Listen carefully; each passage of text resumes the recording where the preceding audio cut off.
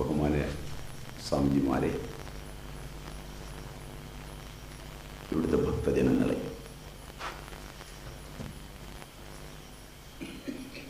അന്ന വസ്ത്രാദി മുട്ടാതെ തന്നു രക്ഷിച്ച് കൊല്ലുവാനാണ് നമ്മൾ പ്രാർത്ഥിച്ചത്. കഴിഞ്ഞ തവണയും നമ്മൾ അന്നത്തെക്കുറിച്ച് കുറച്ച് ദൂരം പറഞ്ഞു വച്ചിട്ടുണ്ട്. അത് കേട്ട ആളുകൾ ഉണ്ടാവും. നമുക്കതിൻ്റെ തുടർച്ച എന്ന ഓണം,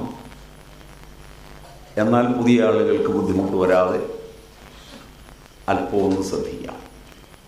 സോ അകാമയത ജായാമേ സ്യാത് അധ പ്രജാം പ്രജായേയ വിത്തം മേ സ്യാദധ കർമ്മ കുർവീയ എന്ന് നിങ്ങൾ വേദങ്ങളിൽ നിന്ന് അനേകം പ്രഭാഷണങ്ങളിലൂടെ അനേകം ഗ്രന്ഥങ്ങളിലൂടെ കേട്ടിട്ടുണ്ടാവും.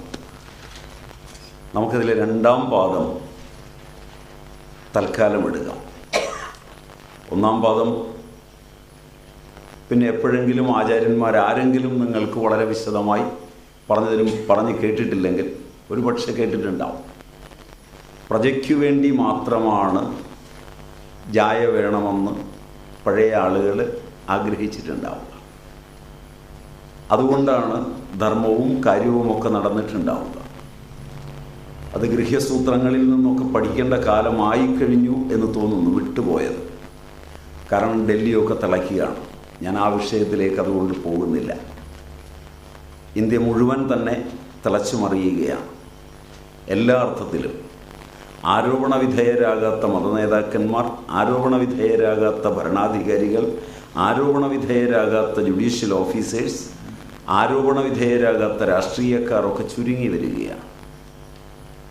അതിന് കാരണം അനേക പരസ്യങ്ങളിലൂടെ, അനേക ജീവിത രീതികളിലൂടെ, അനേകം SMS-കളിലൂടെയെല്ലാം മനസ്സ് വൈദികമായ ഈ സൂത്രവാക്യത്തിൽ നിന്ന് ബഹുദൂരം സഞ്ചരിച്ചുകൊണ്ടിരിക്കുകയാണ്.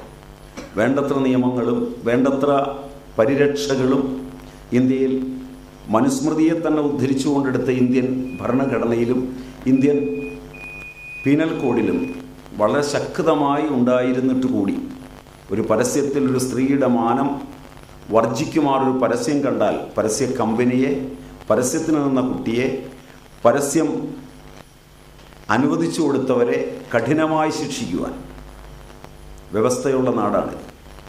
നിങ്ങളുടെ കൂടെ ജുഡീഷ്യൽ ഓഫീസേഴ്സ് കാണും, അഡ്വക്കേറ്റ്സ് കാണും. ആദ്യത്തെ വചനത്തെ തുടർന്ന് നിങ്ങൾക്ക് ഒട്ടേറെ ദൂരങ്ങളിലൂടെ പോകാം. അത്രയും സാധ്യത വേദം അന്ന് തന്നെ നമുക്ക് തന്നിട്ടുണ്ട്. ഭാഗ്യമെന്ന് പറയട്ടെ, പെരുമ്പാവൂർ മാത്രം പൂജ എന്നൊരമ്മ, അവിടുത്തെ മജിസ്ട്രേറ്റ് ആണെന്ന് തോന്നുന്നു, അടുത്ത കാലത്ത് ഒരു പരസ്യത്തിനെതിരെ കമ്പനിയെ വളരെ ഗംഭീരമായി ശിക്ഷിച്ചിട്ടുമുണ്ട്. ഇന്ത്യയിൽ ആദ്യത്തേതായിരിക്കും ഒരു പക്ഷേ അത്. അപ്പോൾ ആ നിലയിൽ നീങ്ങുന്ന ഒരു കാലമായി. ആ വിഷയത്തിലേക്ക് അതുകൊണ്ട് ഞാൻ അധികം പോകുന്നില്ല. അത് പോയാൽ അത് വൈകാരികമാകാനിടയുണ്ട് നിങ്ങളുടെ ഇടയിൽ. രണ്ടാമത്തതാണ് ഞാൻ ഇഷ്ടപ്പെടുന്നത്. അന്നവസ്ത്രങ്ങളോട് ബന്ധപ്പെട്ടതും അതാണ്. കഴിഞ്ഞ തവണ ഞാൻ പറഞ്ഞു നിർത്തിയതും അതിനെക്കുറിച്ചാണെന്നാണ് എൻ്റെ ഒരു ഓർമ്മ. നിങ്ങൾ ഓർക്കുന്നുണ്ടോ എന്ന് എനിക്കറിയില്ല. സപ്താന്ന സർഗമാണ് ഞാൻ പറഞ്ഞത്. യത് സപ്താന്നാനി മേധയ തപസ്സ അജനയൻ പിത എന്നൊരു വചനമുണ്ട്. ഈ സപ്താന്നങ്ങളെ സൃഷ്ടിച്ചതിനോട് ബന്ധപ്പെട്ടൊരു പ്രാർത്ഥനയാണ് രണ്ടാമത് നിങ്ങൾ ചൊല്ലിയത്. സപ്തദിനം കൊണ്ട് ലോകത്തെ സൃഷ്ടിക്കുമ്പോൾ ലോകമെന്ന അന്നം മുതൽ പശു അന്നം വരെയുള്ള സൃഷ്ടിയുടെ ക്രമം ഉൽപ്പത്തി പുസ്തകത്തിലും വളരെ ഗംഭീരമായുണ്ട്, വളരെ വളരെ വിസ്തൃതമായുണ്ട്.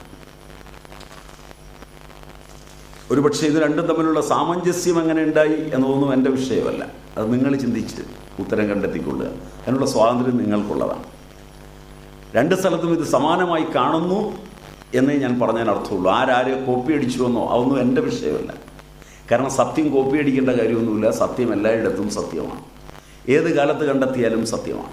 ഇന്ന് കണ്ടെത്തിയെന്നോ ഇന്നലെ കണ്ടെത്തിയെന്നോ ഉള്ളതിന് പ്രസക്തിയൊന്നുമില്ല. അപ്പോൾ സപ്താന്ന സർഗത്തെക്കുറിച്ചുള്ള കാഴ്ചപ്പാട് നമ്മളൊരിടത്ത് അവതരിപ്പിച്ചു വച്ചിട്ടുണ്ട്. ഇതിന് കാരണം വിത്തം മേ സ്യാദധ കർമ്മ കുർവീയ. വിത്തം മേ സ്യാദ് അധ കർമ്മ കുറുവീയ. ധനം എന്തിനാണ്? സാധ്യമായ കർമ്മങ്ങൾക്ക് വേണ്ടി മാത്രമാണത്. അതറിയാത്തവരാണ് ഇന്ന് കൂടുതൽ ആളുകൾ. നിങ്ങളെന്ന പദം ഞാൻ ഉപയോഗിക്കുന്നില്ല, കാരണം ഒരു ആശ്രമവുമായി ബന്ധമുള്ളവരാണ്. നിങ്ങളങ്ങനെ ആവാൻ വഴിയില്ല എന്ന് ഞാൻ വിശ്വസിക്കുകയാണ്. ധനം കർമ്മസാധ്യത്തിന് വേണ്ടി മാത്രമാണ്. അല്ലാതിരിക്കുന്ന ഓരോ പൈസയും നിങ്ങളുടെ സ്വഭാവത്തെ മാറ്റും. വിത്തത്തിന് ഒരു കാര്യമേ ഉള്ളൂ, അത് കർമ്മസാധ്യമാണ്. 2 തരമാണ് കർമ്മങ്ങൾ. ഭാരതം അതുകൊണ്ട് ദാരിദ്ര്യത്തെ നിർവചിക്കുന്ന ആഡം സ്മിത്തിനെ പോലല്ല. പാശ്ചാത്യവും പൗരസ്ത്യവുമായ ചിന്തയുടെ പ്രകടമായ വ്യത്യാസം ഒന്ന് അനലറ്റിക്കലാണ്, ഒന്ന് ഇൻ്റഗ്രലാണ്. അങ്ങനെയാണ് എനിക്ക് തോന്നിയിട്ടുള്ളത്. ഒന്ന് വ്യവച്ഛേദിച്ച് ഒന്നിനെ ആയിരങ്ങളായി കാണുക, ഒന്നിനെ പലതായി കാണാൻ ശ്രമിക്കുകയാണ്. ഭാരതീയ ആചാര്യന്മാർ പലതിനെ എവിടെയാണ് സംയോജിപ്പിക്കാൻ കഴിയുക എന്ന് ചിന്തിക്കുകയാണ്. ഒരു വീട്ടിലേക്ക് കയറി ചെല്ലുമ്പോൾ ആ വീട്ടിലെ അംഗങ്ങളെയെല്ലാം ഏതൊരു ബിന്ദുവിലാണ് സമന്വയിപ്പിക്കാൻ പറ്റുന്നത്. ഭാരതീയർ അതിൽ ഏറ്റവും സാമർഥ്യത്തോടെ കൂടെ കണ്ടത് അനന്തപുരുഷനെയാണ്. എല്ലാത്തിനെയും സമന്വയിപ്പിക്കാൻ പറ്റുന്നത്. ജാഗ്രത്തിലല്ല അവർ പഠനം കൂടുതൽ നടത്തിയത്. ജാഗ്രത് വ്യവച്ഛേദനത്തിൻ്റെയാണ്, വേറിട്ട് കാണലിൻ്റെയാണ്, സ്ഥൂല ബുക്കിൻ്റെയാണ്. സ്വപ്നത്തെയുമല്ല അവർ കണ്ടത്, അത് പ്രവിക്ത ബുക്കിൻ്റെയാണ്. യേശ സർവേശ്വര, യേശ സർവജ്ഞ, യേശോ അന്തര്യാമി എന്ന് പറയുന്ന പ്രാജ്ഞൻ്റെ ലോകങ്ങളിലാണ് വ്യഷ്ടിയും ഈശ്വരൻ്റെ ലോകങ്ങളിലാണ് സമഷ്ടിയും ഇത് കണ്ടെത്താൻ ശ്രമിച്ചിട്ടുള്ളത്. ഭാരതീയ വൈജ്ഞാനിക ചിന്തയുടെ ഏറ്റവും വലിയ ഉദാരതയും ഒരുപക്ഷെ അതാണ്. എല്ലാ ദർശനങ്ങളെയും സമഗ്രമായി സമന്വയിപ്പിക്കാൻ കഴിയുക. നമ്മുടെ ഏത് ആചാര്യനെ എടുത്താലും, ഇന്ന് വരെ ജീവിച്ചിരുന്നിട്ടുള്ള സാമ്പ്രദായികന്മാരായിട്ടുള്ള ഏത് ആചാര്യന്മാരെ എടുത്താലും അവർ സമന്വയത്തിൻ്റെ വക്താക്കളാണ്. വിസംവാദം കൊണ്ട് പലതിനെയും അപഗ്രഥിച്ച് പോകുന്ന പദ്ധതിക്കല്ല അവർ മുൻതൂക്കം കൊടുത്തത്. എവിടെ നോക്കിയാലും അറിയാം, ഏത് ഗ്രന്ഥമെടുത്താലും എത്രത്തോളം സമന്വയത്തിൻ്റെ തത്വശാസ്ത്രം പറ്റും, ഉഭയ സമന്വയം എങ്ങനെ കൊണ്ടുപോകും. അതുകൊണ്ട് വിത്തം എന്ന് പറയുമ്പോഴെല്ലാം കർമ്മങ്ങളെയാണ് ഓർമ്മ വരുന്നത്. ആ വിത്തം 2 തരമുണ്ട്. ഒന്ന് മനുഷ്യവിത്തം, 2 ദൈവവിത്തം. ഇങ്ങനെയാണ് അതിനെ അവർ തിരിക്കുന്നത് വൈദിക കാലം മുതൽ. അതുകൊണ്ട് തന്നെ ദാരിദ്ര്യത്തെ അവർ കാണുന്നത് നമ്മൾ കാണുന്ന അളവിലല്ല.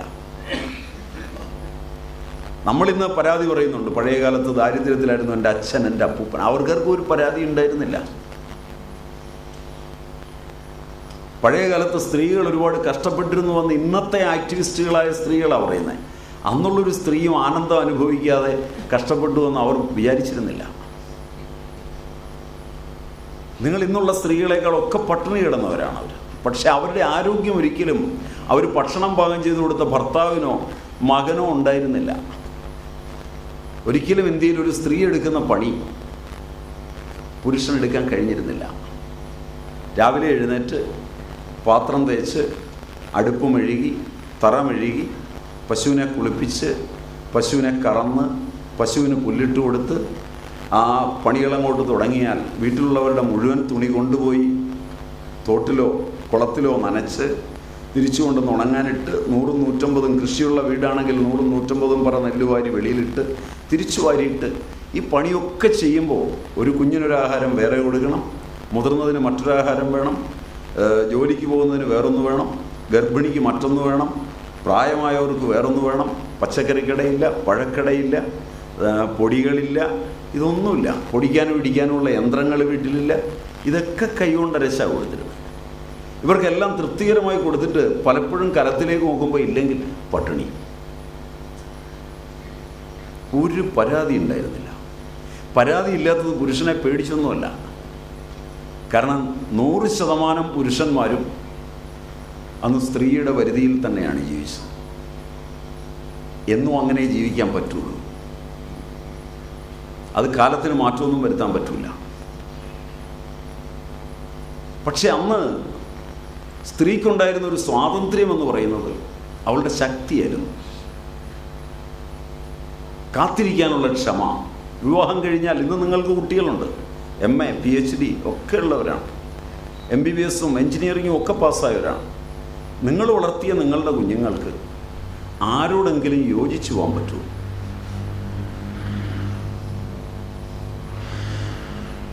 സ്വന്തം വീട് വിട്ടുപോയി ഒരു അന്യ വീട്ടിൽ പോയി 10 ദിവസം ക്ഷമയോടെ താമസിക്കാൻ പറ്റുമോ? അന്ന് വീട്ടിൽ വളർത്തിയ പെൺകുട്ടികൾക്ക് അച്ഛനും അമ്മയും തീരുമാനിച്ച് വിവാഹം കഴിച്ചു കൊടുത്ത അപരിചിതനോടൊപ്പം പോയി ആ വീട് ഭരിച്ച് അവിടെ ജീവിക്കാൻ കഴിയുമായിരുന്നു. തിരിച്ചു പോരുന്നത് ചിന്തിക്കാൻ പോലും കഴിയുമായിരുന്നില്ല. ഭയം കൊണ്ടല്ല, സമൂഹത്തെ പേടിച്ചിട്ടൊന്നുമല്ല. കാരണം ആ മാനസിക വികാസവും അതിനുള്ള കോമൺ സെൻസും ഉണ്ടായിരുന്നു. ഇന്ന് എഡ്യൂക്കേഷനിൽ അതുണ്ടോ? അവർ ദാരിദ്ര്യത്തെ കണ്ടതും നമ്മൾ കാണുന്ന കാഴ്ചപ്പാടിലല്ല എന്നറിയിക്കാനാണ് ഞാൻ ഈ ഉദാഹരണങ്ങളെല്ലാം പറഞ്ഞത്. ഇത്രയും ദാരിദ്ര്യത്തിൽ, ഇത്രയും കഷ്ടപ്പാടിൽ അന്ന് ജീവിക്കാനുള്ള അവരുടെ ഓജസ് ഉണ്ടായിരുന്നു. അന്നുള്ള സ്ത്രീകളുടെ ആരോഗ്യവും ഇന്നുള്ള സ്ത്രീകളുടെ ആരോഗ്യവും തമ്മിലുള്ള താരതമ്യം. ഇന്ന് വൈറ്റമിനും മിനറലും ഒക്കെ ധാരാളമാണ് കഴിക്കുന്നത്. വാക്സിനേഷൻ ഇഷ്ടം പോലെ. പ്രസവവും മറ്റും ചെറിയ ചിലവൊന്നുമല്ല. ശരിയാണോ ഞാൻ പറയുന്നത്? അതോ നുണയാണോ? വലിയൊരു ചിലവാണ്. നിങ്ങൾ വിവാഹം കഴിയുന്നത് മുതൽ ഗൈനക്കോളജിസ്റ്റിൻ്റെ സന്തത പരിചരണത്തിലാണ്. എന്നിട്ട് എത്ര ആരോഗ്യമുള്ള പിള്ളേരെ നിങ്ങൾ പ്രസവിക്കുന്നുണ്ട്. നിങ്ങൾക്ക് സമാജത്തോടുള്ള ഉത്തരവാദിത്വം എന്ന നിലയിൽ എത്ര ആരോഗ്യമുള്ള കുട്ടികളെ. മറ്റേ പാടത്തും പറമ്പിലും പണിയെടുത്ത് വീട്ടിലും പണിയെടുത്ത് കഷ്ടപ്പെട്ട് ഒരിക്കൽ പോലും തൻ്റെ ശരീരാവയവം ഒരു ഡോക്ടർ പോലും കണ്ടിട്ടില്ലാത്ത, ഭർത്താവ് പോലും കണ്ടിട്ടില്ല എന്ന് പറയുന്നതായിരിക്കും കൂടുതൽ ശരി. പ്രായം ചെന്ന അമ്മമാർ സമ്മതിക്കുമെന്ന് തോന്നുന്നു. വൈകുന്നേരമാകുമ്പോൾ കഞ്ഞി വിളമ്പി ഭർത്താവിന് കൊടുത്ത് അയാളെ കുടിപ്പിച്ച് കയറ്റി കിടത്തി, അത് കഴിഞ്ഞ് തിരിച്ചു വന്ന് ഒരു നേരം കഞ്ഞി ഉണ്ടെങ്കിൽ കഴിച്ച് മുനിഞ്ഞു കത്തുന്ന ഒരു മണ്ണെണ്ണ വിളക്ക് അകത്തേക്ക് കയറുമ്പോൾ ഊതിക്കെടുത്തിയാൽ അയാൾ അവളെയോ അവൾ അയാളെയോ പോലും കാണുന്നില്ല എന്നുള്ളതാണ് സത്യം. എന്നിട്ട് ഗർഭം ധരിക്കുക, പ്രസവം വരെ അത്യധ്വാനം ചെയ്യുക. വെറുതെ കയറി വിശ്രമിക്കുകയല്ല, മരുന്ന് കഴിക്കുകയല്ല. വിദ്യാഭ്യാസമില്ലാത്ത പതിച്ചു വന്ന് പ്രസവം എഴുതുക. ഒരവയവത്തിന് കേട്. 80, 90, 100 വയസ്സിൽ നിങ്ങൾ കണ്ടിട്ടുള്ള സ്ത്രീകൾക്ക് ബ്രസ്റ്റ്, യൂട്രസ്, ഓവറി, സർവിക്സ് ഇതൊക്കെ നിങ്ങളെപ്പോലെ ഉണ്ടായിരുന്നു. എന്തെങ്കിലും രോഗം ഉണ്ടായിരുന്നു. 3 തലമുറയിലെ സ്ത്രീകളെങ്കിലും ഓരോ വീട്ടിലും ഉണ്ടായിരുന്നു. ഇന്ന് നിങ്ങളുടെയൊക്കെ വീട്ടിൽ പ്രായം ചെന്ന സ്ത്രീകളുണ്ടോ?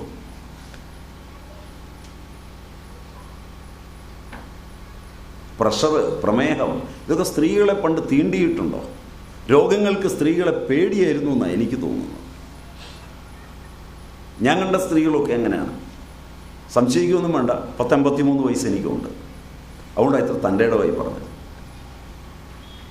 അത്രയും ദീർഘമായി കണ്ടതാ. അപ്പോൾ അന്ന് ദാരിദ്ര്യത്തെക്കുറിച്ചൊരു കാഴ്ചപ്പാടുണ്ട്. സതുഭവതി ദരിദ്രോ യസ്യ തൃഷ്ണ വിശാല. ഈ നിർവചനം കേട്ടിട്ടുണ്ടോ?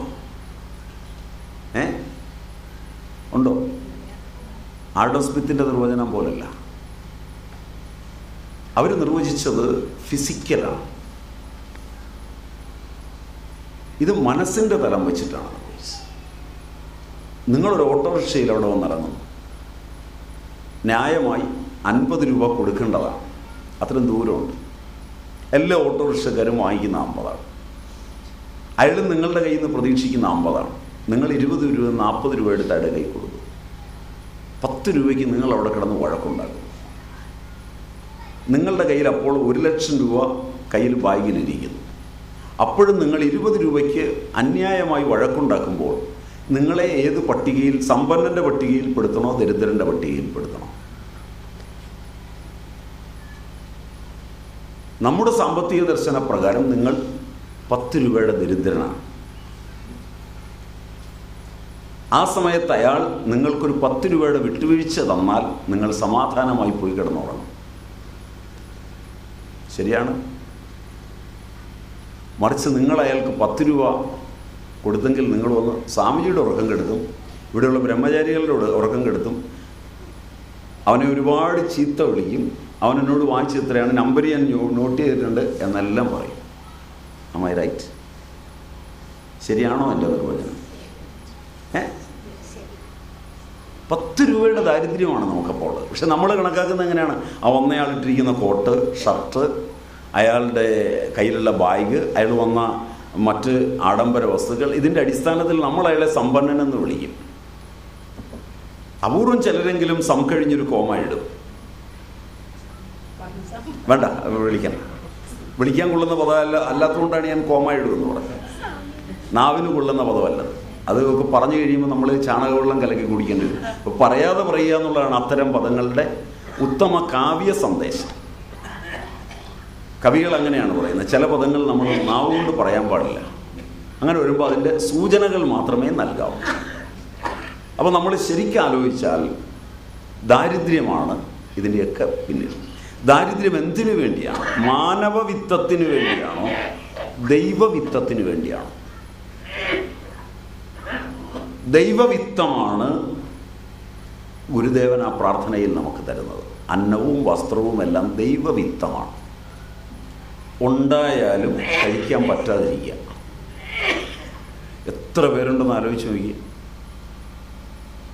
എല്ലാം ഉണ്ട്, പക്ഷെ ഒന്നും അനുഭവിക്കാൻ പറ്റില്ല. തീർന്നില്ലേ? അനുഭവിക്കുന്നവൻ, അനുഭവിക്കപ്പെടുന്ന വസ്തു രണ്ടെണ്ണമുണ്ട്. ഈ ലോകത്തിൽ അനുഭവിക്കാനുള്ളത് അന്നമാണ്, അനുഭവിക്കുന്നവനും അന്നമാണ്.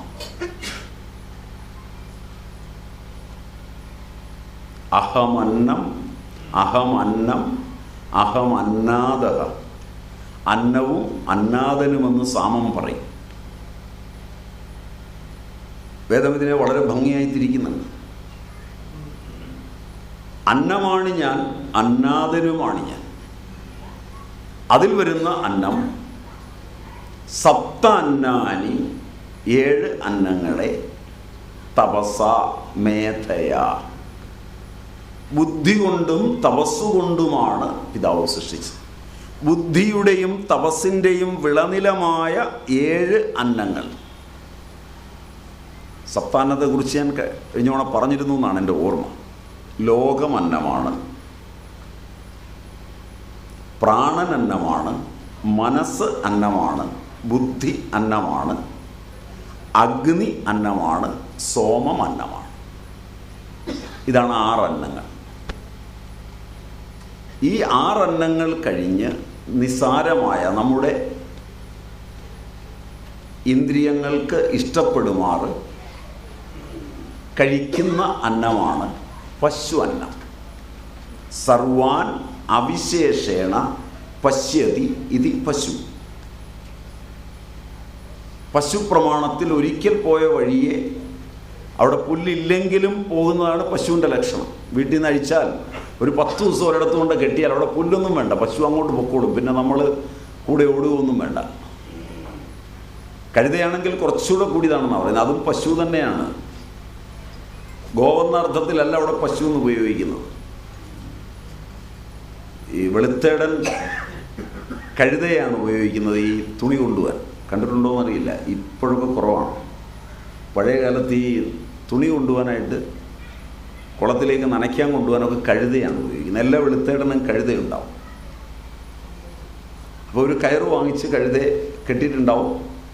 പുറത്ത് തുണിയെല്ലാം വെച്ച് കൊണ്ടുപോയി നനച്ച് തിരിച്ചു കൊണ്ടുവന്ന് ഉണങ്ങാനിടുന്നതിന് മുമ്പ് ഇവൻ ആ കഴുതയെ ഒരു കയറെ കെട്ടും. പക്ഷെ മിടുക്കനായ വെളുത്തേടൻ ഈ കയറ് പൊട്ടിപ്പോയാൽ പിന്നെ കയറ് വാങ്ങിക്കാറില്ല. കഴുതയെ കൊണ്ടുവരുമ്പോൾ കയറുകൊണ്ട് കെട്ടിയെന്ന് കാണിക്കുകയുള്ളൂ.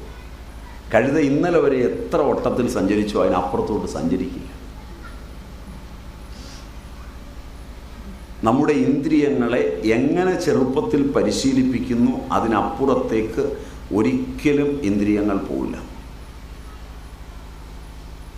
ജാതി ആചാരങ്ങൾ, മത ആചാരങ്ങൾ, ഇവയിലെല്ലാം ഇന്ദ്രിയങ്ങളുടെ പരിപ്രേക്ഷ്യമുള്ളവയെല്ലാം എത്ര തെറ്റായിരുന്നാലും, എത്ര തെറ്റാണെന്ന് ബോധ്യപ്പെട്ടാലും ഒഴിവാക്കാൻ പറ്റില്ല. അതെല്ലാം ചേർന്ന ആഹാരവും അങ്ങനെ തന്നെയാണ്. കുട്ടിക്കാലത്ത് സാൽമ്യം വന്ന ആഹാരം ഉപേക്ഷിക്കാൻ പറ്റില്ല, ഒരു കാലത്തും ഉപേക്ഷിക്കാൻ പറ്റില്ല. അതാണ് രോഗങ്ങളിലൊക്കെ വലിയ പ്രശ്നമായി വരുന്നത്. പശു അന്നത്തിൻ്റെ ഏറ്റവും വലിയ പ്രത്യേകതയാണ്.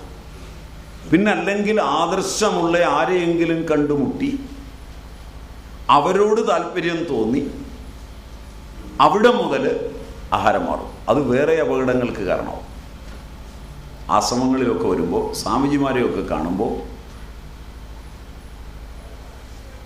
പ്രകൃതി ചികിത്സകരെയൊക്കെ കാണുമ്പോൾ നിങ്ങളെല്ലാം ഒറ്റയടിക്ക് അങ്ങ് വെജിറ്റേറിയനായി മാറും.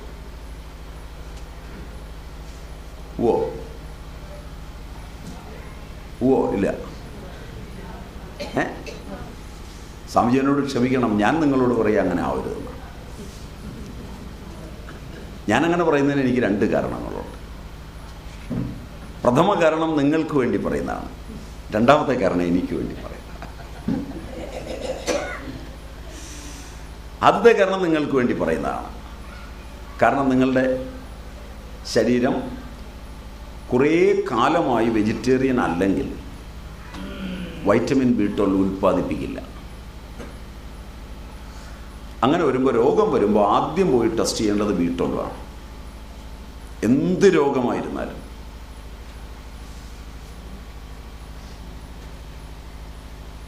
ബ്ലഡിലെ B12ൻ്റെ അളവ് കുറഞ്ഞിട്ടുണ്ടെങ്കിൽ അതിന് ചികിത്സ ചെയ്താൽ നിങ്ങളുടെ ഏത് രോഗമായിരുന്നാലും അത് മാറിയിരിക്കും.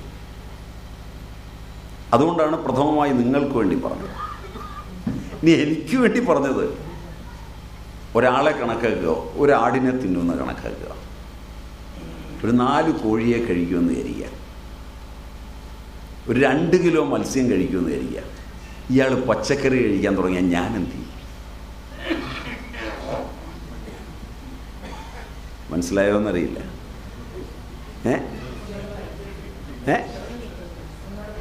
രണ്ടാമത്തത് നല്ലപോലെ മനസ്സിലായെന്നാണ് എനിക്ക് തോന്നുന്നത്. കാരണം പെട്ടെന്ന് നോൺ വെജിറ്റേറിയനിൽ നിന്ന് മാറുമ്പോൾ ഇതെല്ലാം കൂടെ വലിച്ചു കയറ്റി തിന്നും. അതവരുടെ സ്വാദിനൊന്നുമല്ല കഴിക്കുന്നത്. അപ്പോൾ അതിൽ നിന്നുണ്ടാകുന്ന, അധിക ഭക്ഷണത്തിൽ നിന്നുണ്ടാകുന്ന ഒട്ടേറെ ബുദ്ധിമുട്ടുകളുണ്ട്. 2, അത് ലോക മാർക്കറ്റിൽ ഭക്ഷ്യ ദൗർലഭ്യമുണ്ട്. അത് എന്നെ ബാധിക്കുന്നു.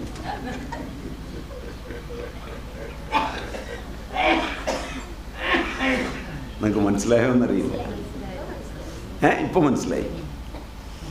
അപ്പം അതുകൊണ്ട് ഭക്ഷണ കാര്യത്തിൽ നമ്മളുടെ ഇന്ദ്രിയങ്ങൾ പലപ്പോഴും ഇങ്ങനെയാണ്. അതിന് ശീലമുണ്ട്. സാൽമ്യം എന്നാണ് ആയുർവേദ ആചാര്യന്മാർ അതിനെ പറയുന്നത്. സാൽമ്യമുള്ളത് കഴിക്കണം, സാൽമ്യം നോക്കി കഴിക്കണം.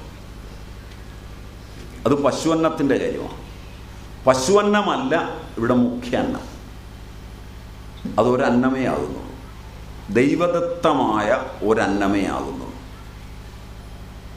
ദൈവദത്തമാണ് ധനം കൊണ്ട് നേടാവുന്ന ധനസാധ്യമായ 7 അന്നങ്ങളും.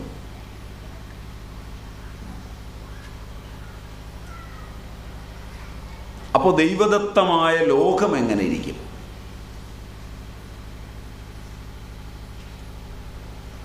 വ്യക്തിയുടെ ഇന്ദ്രിയങ്ങൾ, വ്യക്തിയുടെ മനസ്സ് സൃഷ്ടിക്കുന്ന ലോകം ഒരു ഭാഗത്ത്, സമഷ്ടി മനസ്സിൻ്റെ സൃഷ്ടിയായ ലോകം വേറൊരു ഭാഗത്ത്. സമഷ്ടി മനസ്സ് സൃഷ്ടിക്കുന്ന ലോകം പൂർണ്ണമാണ്,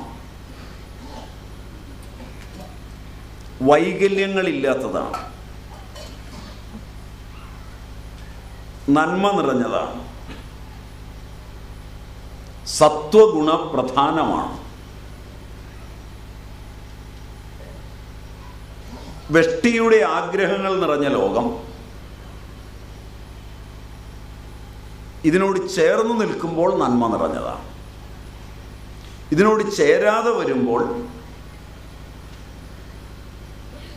വാസന അനുസരിച്ച് തിന്മകളുടെ ഏറ്റക്കുറച്ചിലുള്ളതാണ്. തിന്മകളുടെ ഏറ്റക്കുറച്ചിലുള്ളതാണ്. എല്ലാം തിന്മയാണെന്നല്ല, തിന്മയും നന്മയും കലർന്ന് ഏറ്റക്കുറച്ചിലുള്ളതാണ് വാസന അനുസരിച്ച്. സമൂഹത്തോട് ചേർന്ന് നിൽക്കുകയും വ്യക്തിപരമായി അന്നത്തോട് ആഗ്രഹം കൂടുകയും ചെയ്താൽ തിന്മ ഒളിഞ്ഞിരിക്കുന്നതും നന്മ പ്രകടമായതുമായ അന്നമാണ് ലോകം. അതാണ് നമ്മൾ സാധനാകാലങ്ങളിൽ തിരിച്ചറിയേണ്ടത്. ദൈവവിത്തത്തെ തിരിച്ചറിയുമ്പോൾ സാധനാകാലങ്ങളിൽ ഏറ്റവും അടുത്തറിയേണ്ടത് എന്നിലെ എന്നെയാണ് ഞാൻ അറിയേണ്ടത്. സാമൂഹ്യ അവബോധമുള്ള ആത്മബോധത്തിൻ്റെ പ്രകാശം അനുഭവിക്കുന്ന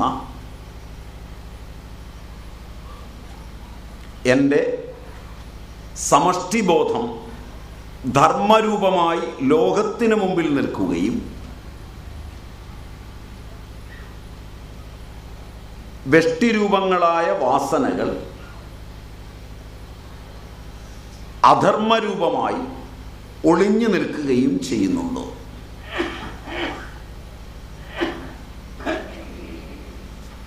ആധുനിക ഇന്ത്യൻ പഠനങ്ങളിൽ പൂർണ്ണമായും അത് അപഗ്രഥനാത്മകവും വ്യവച്ഛേദനീയവും എല്ലാത്തിനെയും വേർപെടുത്തി പഠിക്കുന്നതും അല്ലാത്തതുകൊണ്ട് സമഗ്രമായ ധർമ്മബോധം ലോകസാക്ഷ്യത്തിലും വ്യക്തിപരമായ വാസനകൾ നമ്മുടെ ഒളിവിലും നിൽക്കുന്നുണ്ടോ? ഇത് മാത്രമാണ് ആധുനിക മനുഷ്യൻ മാനസികമായും ശാരീരികമായും അനുഭവിക്കുന്ന സംഘർഷങ്ങളിൽ പ്രധാനം. ദൈവവിത്തത്തിൻ്റെ സപ്താന്ന സർഗത്തിലെ ദൈവവിത്തത്തിൻ്റെ ലോകം, പ്രാണൻ, മനസ്സ്, ബുദ്ധി, സോമം, അഗ്നി ഇവയുടെ സുതാര്യമായ ഉപയോഗം നമുക്ക് നഷ്ടപ്പെടുക. സുതാര്യമായി അതിനെ ഉപയോഗിക്കുവാനുള്ളൊരു തന്ത്രം അത് നമ്മുടെ ശരീരത്തെ, മനസ്സിനെ, ഇന്ദ്രിയങ്ങളെ, ആത്മാവിനെ ഏകത്ര സംയോജിപ്പിച്ചു കൊണ്ടുപോകുമ്പോൾ ആരോഗ്യവും ആയുസ്സും സമ്പൂർണ്ണമാകുന്നു എന്ന് ഭാരതീയ വൈജ്ഞാനികർ അവരത് വളരെ വ്യക്തമായി പല തലങ്ങളിൽ പറഞ്ഞിട്ടുണ്ട്. ഏറ്റവും നല്ല അറിവിൽ പറഞ്ഞത് ചരകനാണെന്നാണ് എനിക്ക് തോന്നുന്നത്. ശരീരേന്ദ്രിയ സത്വാത്മാ സംയോഗോധാരി ജീവിതം നിത്യഗശ്ച അനുബന്ധശ്ച പര്യായൈർ ആയുരുച്യതേ. അദ്ദേഹം കൊടുക്കുന്ന നിർവചനം ഇതാണ്. ശരീരം, ഇന്ദ്രിയം, സത്വം, മനസ്സ്, ആത്മാ, ഇതിൻ്റെ സംയോഗമാണ് ജീവിതം. അതുതന്നെയാണ് ആയുസ്. അതിൻ്റെ പര്യായങ്ങളാണ് നിത്യകം, അനുബന്ധം എന്നൊക്കെയുള്ളത്. ജീവിതം, നിത്യകം, അനുബന്ധം എന്നെല്ലാം പറയുന്നത് ഈ ആയുസ്സിൻ്റെ പര്യായ ശബ്ദങ്ങളാണ്. അതിനെ രൂപപ്പെടുത്തുന്നത് ഈ സപ്താന്ന സർഗത്തിൽ നിന്നാണ്. സപ്താന്നങ്ങളും രൂപപ്പെടുന്നത് എത്ര ബുദ്ധി, മേധ എന്ന അന്നം എത്ര കണ്ട് ലളിതമായി, വിനയാന്വിതമായി, ഈശ്വരാഭിമുഖമായി വികസിക്കുന്നു. എത്ര തപസ് നിങ്ങൾക്കുണ്ടാകും.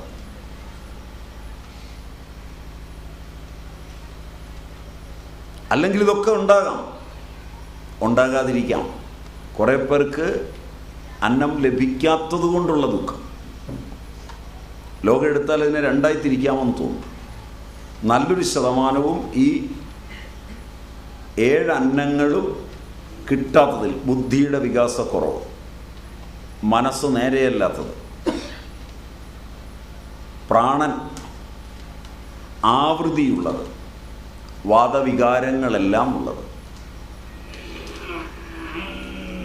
എല്ലാ വാദവികാരങ്ങളും ശക്തമായി ജ്വലിച്ചു നിൽക്കുന്നത്. ഭട്ടതിരിയൊക്കെ എടുത്താൽ അവകുപ്പിപ്പെടുമായിരുന്നു, നാരായണ ഭട്ടതിരിയും മറ്റും. അപ്പോൾ അങ്ങനെ വരുന്ന പ്രാണൻ എന്ന അന്നം വികലമായത്. അപ്പോൾ അതിനകത്ത് ലോകം എന്ന് പറയുന്ന നമ്മൾ കാണുന്ന ലോക്യതേ ഇതി ലോക, ശബ്ദം, സ്പർശം, രൂപം, രസം, ഗന്ധം. എനിക്ക് നല്ല ശബ്ദങ്ങളെ കേൾക്കാൻ, നല്ല കാര്യങ്ങളെ കാണാൻ, നല്ല കാര്യങ്ങൾ തൊട്ടറിയാൻ ഒന്നും അവസരം ലഭിച്ചില്ല. അവസരം കിട്ടിയിരുന്നെങ്കിൽ ഞാനിങ്ങനെയൊന്നും അല്ലായിരുന്നു. ഇങ്ങനെ ലോകമെന്ന അന്നവും മനസ്സെന്ന അന്നവും ബുദ്ധി എന്ന അന്നവും പ്രാണനെന്ന അന്നവും തൻ്റെ ഉള്ളിലെ അഗ്നി, 13 അഗ്നികളാണ് നമ്മുടെ ഉള്ളിൽ ജ്വലിക്കുന്നത്. ജഠരാഗ്നി, ഭൂതാഗ്നി, താത്വഗ്നികൾ. പഴയ ശരീരശാസ്ത്രം അങ്ങനെയാണ് പറയുക. അതായത് ആദ്യം കഴിക്കുന്ന ആഹാരം, ഉമിനീര് മുതലായ പദാർത്ഥം ആ അഗ്നികളിലൂടെ, ജഠരാഗ്നി എന്നതിന് പറയും, അതിലൂടെ ഒന്ന് ദഹിക്കും. അത് മലവും രസവുമായി വേർപിരിയും. ഈ രസം നേരിട്ട് നമ്മൾ സ്വീകരിക്കുകയൊന്നുമില്ല. ആ രസത്തെ പാചകവിത്തം, രഞ്ജകവിത്തം, ആലോചകവിത്തം, ഭ്രാജകവിത്തം, സാധകവിത്തം എന്ന ഭൂതാഗ്നികളിൽ ദഹിക്കും. അതുകൊണ്ടാണ് ആധുനിക രീതിയിൽ ഒരു മന്ദബുദ്ധിയായ കുട്ടിയെ നിങ്ങൾ പഴയ ഏതെങ്കിലും ഈ തത്വങ്ങൾ അറിയുന്ന ഒരു വൈദ്യനെ കൊണ്ടുപോയി കാണിച്ചാൽ അയാൾ ചില മരുന്നുകൾ കൊടുക്കുമ്പോൾ മാറും. മറ്റത് കാരിയോടൈപ്പിൽ ക്രോമസോമുകളുടെ അപറേഷനാണ്, ഇതൊക്കെ ജന്മവൈകല്യമാണ്. അവിടെ ഒരു അഗ്നി ആണ് ആ ജന്മവൈകല്യം. സാധകവിത്തമെന്ന ഒരു അഗ്നിയുടെ വൈകല്യമാണ്. ഞാൻ പഠിക്കുന്നത് എനിക്ക് ഓർമ്മ വരുന്നില്ല. പല കാര്യങ്ങളിലും ഞാൻ മിടുക്കനാണ്, പക്ഷെ എൻ്റെ ഓർമ്മ ശരിയല്ല. സാധകവിത്തത്തിൻ്റെ വൈകല്യമാണ്. കറുത്ത ഒരു ഭാര്യയാണ്, കറുത്ത ഒരു ഭർത്താവാണ്, വിവാഹം കഴിച്ചു, കുട്ടിയുണ്ടാകും, വെളുത്ത ഒരു കുഞ്ഞിനെ ആഗ്രഹിക്കുകയാണ്. നിങ്ങൾ പോലും ചിരിക്കും. ആയുർവേദം അതിന് പറയും, അതിൻ്റെ പ്രാജകവിത്തം ശരിയാക്കി എടുത്താൽ കുഞ്ഞങ്ങനെ ജനിക്കും. നിങ്ങളുടെ അടുത്ത് തന്നെ ഇവിടെ കായംകുളം എന്ന് പറയുന്ന സ്ഥലത്ത് പ്രസിദ്ധനായ ഒരു കുഞ്ഞിരാമൻ വൈദ്യരുണ്ടായിരുന്നു. നിങ്ങൾ കേട്ടിട്ടുണ്ടോ എന്നറിയില്ല. മാവേലിക്കര. അദ്ദേഹത്തിൻ്റെ അനുഭവ ചികിത്സയിൽ അങ്ങനെ ഒരു അനുഭവം പ്രത്യേകം രേഖപ്പെടുത്തുന്നുണ്ട്. അദ്ദേഹത്തെ അങ്ങനെ ഒരു രണ്ട് പേർ ചെന്ന് സമീപിക്കുന്നതും ഈ പിത്തമാണ് അതിന് കാരണമെന്ന് അദ്ദേഹത്തിന് അറിയുന്നത് കൊണ്ട് അത് വളരെ വ്യക്തതയോടുകൂടി അതിനുള്ള ആഹാര പദാർത്ഥങ്ങളെ നിശ്ചയിച്ചു കൊടുത്ത് കുഞ്ഞ് ജനിച്ച് പൂർണ്ണമാകുന്നതും അദ്ദേഹത്തിൻ്റെ അനുഭവത്തിൽ അദ്ദേഹം ഭംഗിയായി അടുക്കോടുകൂടി ശാസ്ത്രീയമായി അപഗ്രഥിച്ചിട്ടുണ്ട്. ചികിത്സാനുഭവങ്ങൾ അദ്ദേഹം വ്യക്തമായി രേഖപ്പെടുത്തി വെച്ചിരുന്നു. അതിൻ്റെ കാരണം ഇതാണ്, അത് ഭ്രാജകവിത്തമാണ്. ഭൂതാഗ്നിയിൽ ഒരാളുടെ കണ്ണിന് തകരാറുകൾ ഉണ്ടാകുക, അത് ആലോചകവിത്തമാണ്. രക്തത്തിന് വൈകല്യങ്ങൾ വരികയാണ്, രക്തധാതുവിൽ വൈകല്യം, അതിൽ വരുന്ന ഭൂതം രഞ്ജകവിത്തമാണ്, രഞ്ജിപ്പിക്കുന്നതാണ്. ഇത് 5ഉം കഴിഞ്ഞാൽ വീണ്ടുമുണ്ട്. ഈ 5 കൊണ്ട് തീരില്ല. ശരീരശാസ്ത്രപ്രകാരം പിന്നെ വരുന്നത് രസം. ആയുർവേദം അതിന് ധാതു എന്നാണ് പറയുന്നത്. ധരിക്കുന്നത് കൊണ്ടാണ് ധാതു എന്ന് പറയുന്നത്. സമാനമായ ഗുണങ്ങളോടുകൂടിയ കോശങ്ങളുടെ സമൂഹത്തെയാണ് ധാതു എന്ന് പറയുന്നത്. ആംഗലേയവൽക്കരിച്ചാൽ ടിഷ്യൂ എന്ന് പറയാം. കോശ സമൂഹം, ഒരേ തരം പ്രവൃത്തിയുള്ള കോശങ്ങളുടെ ഒരു സമൂഹമാണ് രസധാതു, പ്ലാസ്മ. ഒരേ തരത്തിലുള്ള കോശങ്ങളുടെ സമൂഹമാണ് രക്തം, രക്തധാതു. ഒരേ തരം കോശങ്ങളുടെ സമൂഹമാണ് മാംസധാതു. അതുപോലെ ഒരേ തരമാണ് മേധോധാതു. അതേപോലെ ഒരേ തരമാണ് അസ്ഥിധാതു, മജ്ജാധാതു, ശുക്രധാതു. ഇങ്ങനെയാണ് ധാതുവിനെ നിർണയിക്കുന്നത്. അപ്പോൾ ഈ കഴിക്കുന്ന അന്നമെന്ന് പറയുമ്പോൾ പ്രത്യേകം ഓർക്കണം, 7 അന്നവും ഒന്നിച്ചാണ് ഞാൻ പറയുന്നത്. കഴിക്കുന്ന ആഹാരം മാത്രമല്ല. ആഹാരം കഴിക്കുമ്പോൾ നിങ്ങൾ കണ്ടുകൊണ്ടിരിക്കുന്നത് ആഹാരവുമായി ചിലപ്പോൾ കലരും. നിങ്ങളിൽ പലരും ഇന്ന് കുട്ടികൾക്ക് ആഹാരം കൊടുക്കുന്നത് TV ഓൺ ചെയ്ത് വെച്ചിട്ടാണ്. അതിൽ സങ്കടകരമായത് പോഗോ ഓൺ ചെയ്ത് വെച്ചിട്ടാണ്. മിസ്റ്റർ ബീൻ 3ാം ലോകരാജ്യങ്ങളിലെ കുട്ടികളെ എങ്ങനെ നശിപ്പിച്ചെടുക്കാമെന്ന് ഗവേഷണം ചെയ്തതിൻ്റെ ഫലമാണ് ആ പ്രോഗ്രാം.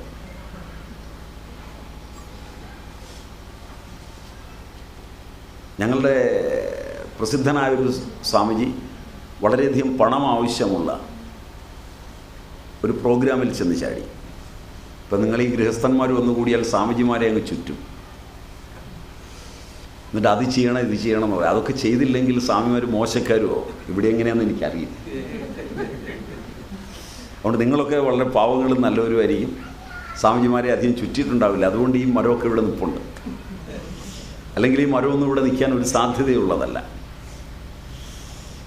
അപ്പോൾ ഞാൻ പറഞ്ഞു വരുന്ന ഈ സ്വാമിജിയും അദ്ദേഹത്തെ ചെന്ന് വട്ടം പിടിച്ച് അദ്ദേഹം വലിയൊരു പ്രോജക്റ്റൊക്കെ ഉണ്ടാക്കി, വലിയ പരിപാടി നടത്താൻ, കേരളത്തെ മുഴുവൻ മാറ്റിമറിക്കാവുന്ന ഒരു പ്രോഗ്രാമിന് തീരുമാനമെടുത്തു. അതിന് പണം വേണം. അദ്ദേഹം കാറുമൊക്കെ എടുത്തു. അദ്ദേഹത്തോട് പറഞ്ഞ് നടന്നു പോയാൽ പിരിവ് 5 രൂപ നിൽക്കും. ഏറ്റവും വലിയ കാറെടുത്ത് പോവുകയാണെങ്കിൽ പിരിവ് അതിനനുസരിച്ച് കൂടും. ഇതൊക്കെ ശരിയാണോ? ശരിയാണ്. അപ്പോൾ സ്വാമിജിയൊക്കെ കയറി കാറുമായിട്ട് അവിടെ ചെന്നു. ഒരു ഭക്തൻ്റെ വീട്ടിൽ ചെന്നു വണ്ടിയൊക്കെ നിർത്തി.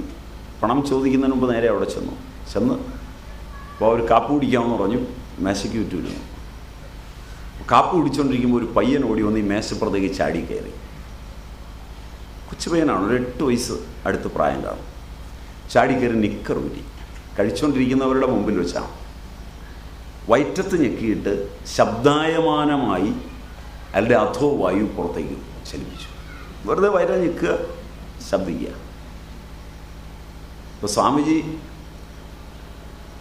ഹൗ സ്മാർട്ട് ഹീസ് എന്ന് പറഞ്ഞു. അങ്ങനെ പറഞ്ഞില്ലേ പിരിവ് പോക്കാം.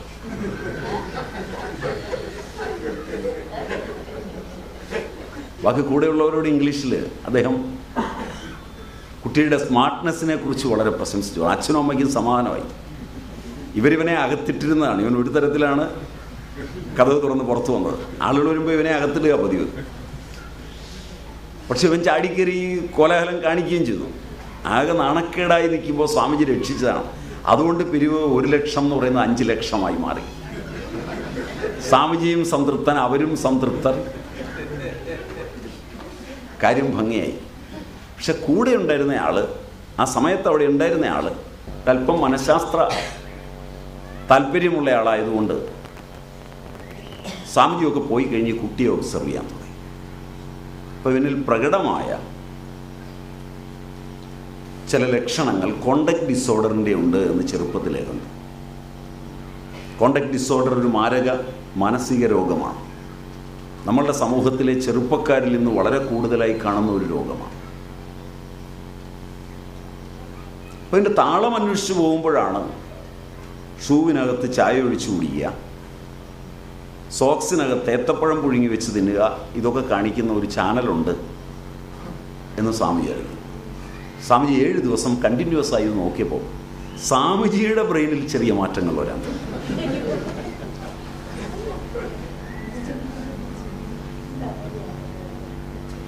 സ്വാമിജിയിൽ പോലും അത് പിറ്റേ ദിവസം കണ്ടില്ലെങ്കിൽ ഒരു അസ്വസ്ഥത. അപ്പോൾ പിറ്റേ ദിവസം സ്വാമിജി ആരാലോ നയിക്കപ്പെടുന്ന പോലെ പോഗോയുടെ മുമ്പിലേക്ക് പോവാം.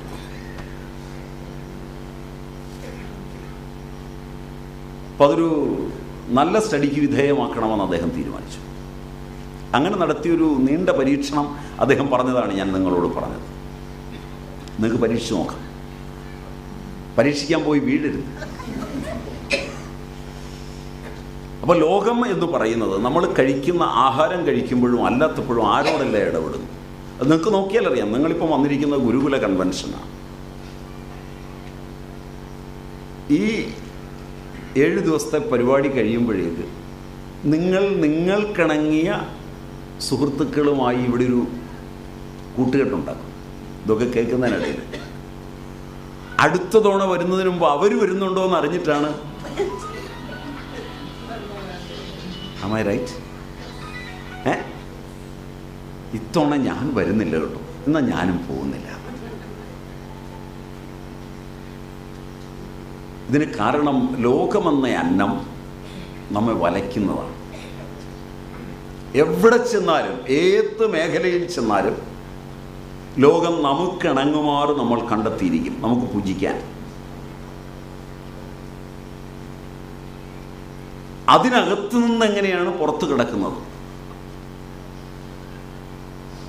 നമ്മുടെ ഇന്ദ്രിയങ്ങളുടെ, നമ്മുടെ മനസ്സിൻ്റെ, നമ്മുടെ ബുദ്ധിയുടെ തലങ്ങളിൽ. ഇതെങ്ങനെയാണ് പചിച്ച് കഴിക്കുന്ന അന്നവും ഈ കഴിക്കുന്ന ലോകവും പചിച്ച് എങ്ങനെയാണ് നമ്മുടെ രക്തമാകുന്നത്? ഒരു ദിവസം രാവിലെ ഒരാൾ അന്ധനാകുന്നു.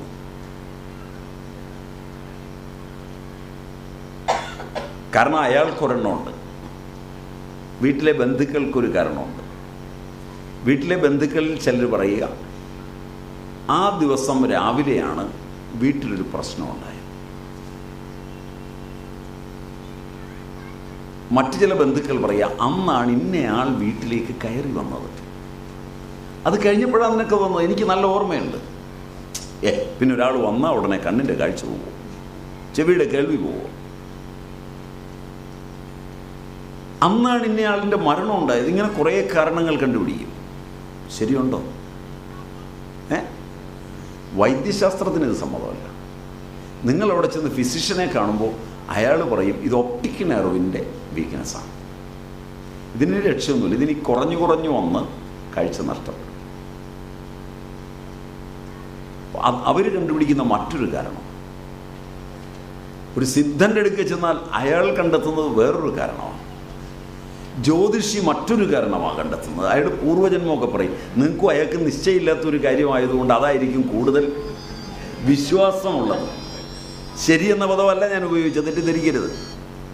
നിങ്ങൾക്ക് എളുപ്പവും വിശ്വാസവും അതായിരിക്കും. ബാക്കിയുള്ളവരെ കാണുക ഒന്നും വിശ്വാസമില്ലെന്ന് പറയുകയും രഹസ്യമായി അത് ചെയ്യാൻ. Am I right? ആരും അറിയണ്ട, ഞാൻ തന്നുവിടാം, ഞാൻ വരുന്നില്ല കേട്ടോ, എന്നെ കണ്ടാൽ ഞാനിതൊന്നും വിശ്വസിക്കാവുന്നയാളാണ്. ശരിയാണ്. അപ്പൊ അതുകൊണ്ട് ജീവിതത്തിലുടനീളം നമുക്ക് ഈ അന്നങ്ങളിൽ ഒന്ന് ശ്രദ്ധിച്ചാൽ പല പ്രശ്നങ്ങളുടെയും ഉറവിടം അതാണെന്ന് കാണാം. അതുകൊണ്ടാണ് സാമം അഹമന്നം, അഹമന്നം, അഹം അന്നാദഃ. അന്നവും അന്നാദനും ഞാൻ തന്നെയാണ്.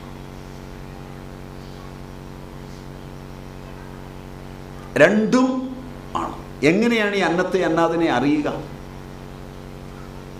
നമ്മളൊരു പണിക്കാരനെ വിളിച്ചു, അവൻ പണി ചെയ്യുന്നു. അവൻ കപ്പയിടുന്നു, വാഴ വെക്കുന്നു, ഒക്കെ ചെയ്യുന്നു. അവൻ്റെ ആ അധ്വാനമാണ് കപ്പയായി നമ്മൾ കഴിക്കുന്നത്. അവിടെ മഹത്തായ അന്നം അവനും അന്നാദൻ നമ്മളുമാണ്. അന്നത്തിന് അന്നാദനേക്കാൾ മാഹാത്മ്യമുണ്ട്. ഇങ്ങനെയാണ് ആ ബന്ധത്തെ വൈദികി നിർവചിക്കുന്നത്. അന്നമുണ്ടെങ്കിലേ അന്നാഥനുള്ളൂ.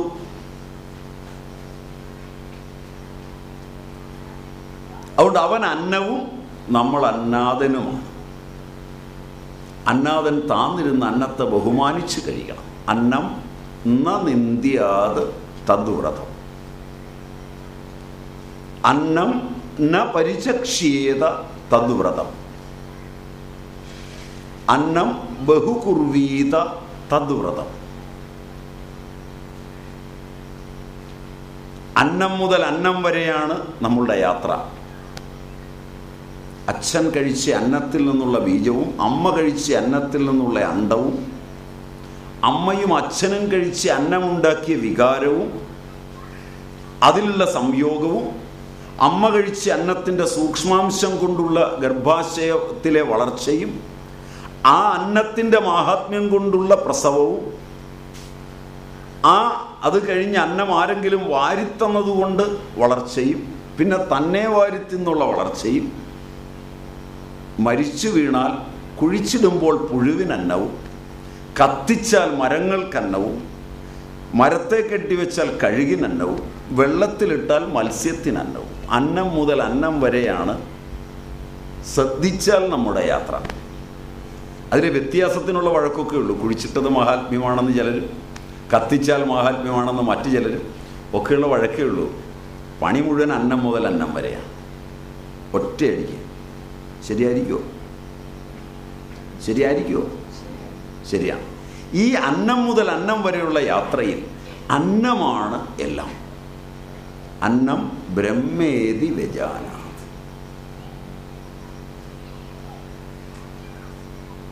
അതുകൊണ്ട് അന്നത്തെ നിന്ദിക്കരുത്.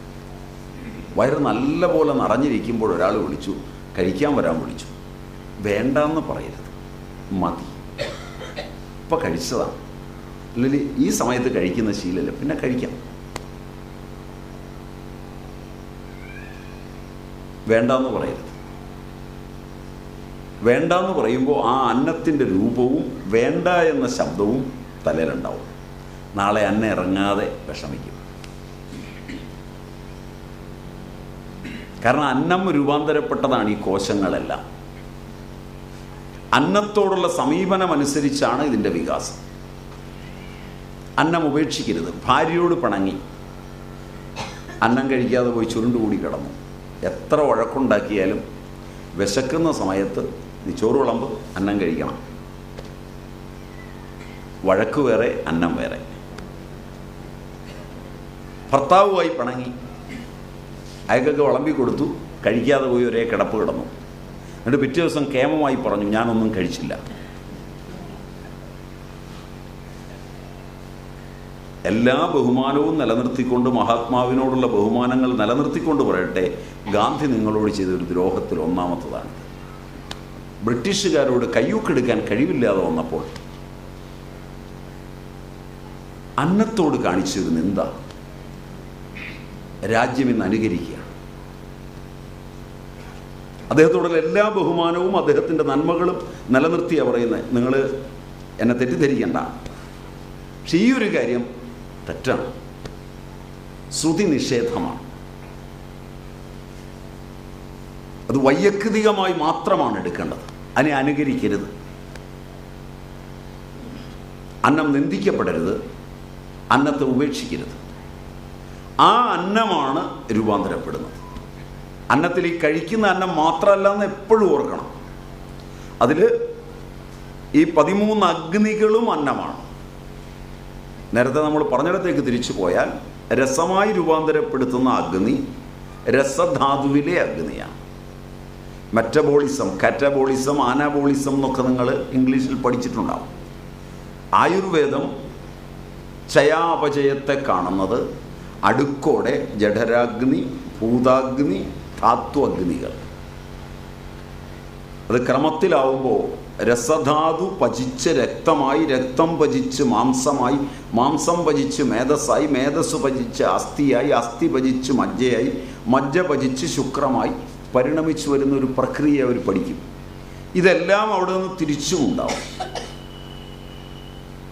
അങ്ങോട്ടും ഇങ്ങോട്ടും പോകുന്നതാണ്. അതുകൊണ്ടാണ് രക്തധാതുവിന് കുറവ് വന്നാൽ ജീവജാലങ്ങളുടെ രക്തം കൊണ്ട് നിലനിർത്താൻ ശ്രമിക്കുന്നത്. പഴയ ആളുകൾ പാണ്ഡുത, ലുക്കീമിയൊക്കെ വന്നാൽ അനീമിയയുടെ പല വിഭാഗങ്ങളുണ്ട് ആയുർവേദത്തിൽ. പാണ്ഡു എന്നാണ് പറയുക. പാണ്ഡു എന്ന് പറഞ്ഞാൽ നിങ്ങൾ ധരിക്കുന്നത് വെളുപ്പ് നിറം എന്നാണ് അല്ലേ? അത് ശുത്രം എന്നാണ് ആയുർവേദം പറയുക.